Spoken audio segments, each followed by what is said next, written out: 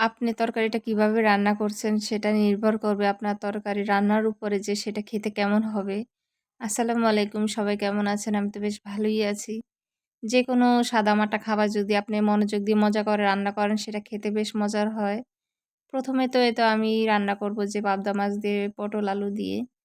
পেঁয়াজ কুচিটা দিয়ে ভালো করে ভেজে নিয়েছিলাম। তার উপরে আমি মাছটা দিয়ে একটু ভেজে নিব।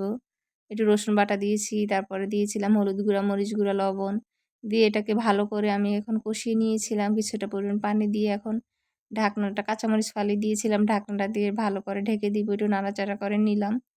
তারপরে এতে কষানোর জন্য আমি ঢাকনাটা দিয়ে ঢেকে দিব। আপনি যদি যেকোনো সাদামাটা তরকারি যদি মনোযোগ দিয়ে ভালোভাবে রান্না করেন, সেটা দেখবেন খেতে বেশ মজার হয়। তারপরে তো আমি ঢাকনাটা উঠিয়ে আবার একটু নাড়াচাড়া করে নিয়েছিলাম। তারপরে এই তো আমি এখন একটা বাটিতে উঠিয়ে নিব মাছগুলো।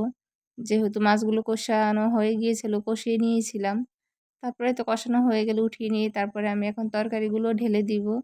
আমি কিছুটা পরিমাণ পটল আর আলু নিয়েছিলাম। আর আলু না দিলে তো নয়, আমার তরকারিতে আলু লাগবেই, সবকিছুতেই আলু লাগবে। তারপরে তো কিছুটা পরিমাণ সরিষা দিয়েছিলাম, সরিষা গুঁড়া। তারপরে দিয়ে আমি ভালো করে নাড়াচাড়া করে নিয়েছিলাম। একটু পানি দিয়েছিলাম পরিমাণ মতন। দেখুন কালারটা কতটা সুন্দর এসেছিল আর খেতেও বেশ মজার হয়েছিল। তারপরে তো ঢাকনা দিয়ে ঢেকে দিয়েছিলাম। আবার ঢাকনাটা উঠিয়ে আমি এখন যখন তরকারিটা হাফ কুক হয়ে আসবে তখন এই মাছগুলো দিয়ে দিব। দিয়ে দেওয়ার পর ভালো করে এটা রান্না করে নিব। এখন ঢাকনাটা দিয়ে ঢেকে দিয়েছিলাম। এই তো রান্না ফাইনালি আমার হয়ে গিয়েছে। আর দেখতে যেমনটা সুন্দর হয়েছিল কালারটা, আর খেতেও বেশ মজার হয়েছিল। আপনি যদি এভাবে রান্না করেন আপনার তরকারিটাও খেতে বেশ মজার হবে। আর যেকোনো জিনিস মজা করে রান্না করে খেতে আমার খুবই ভালো লাগে। সবাই ভালো থাকবেন।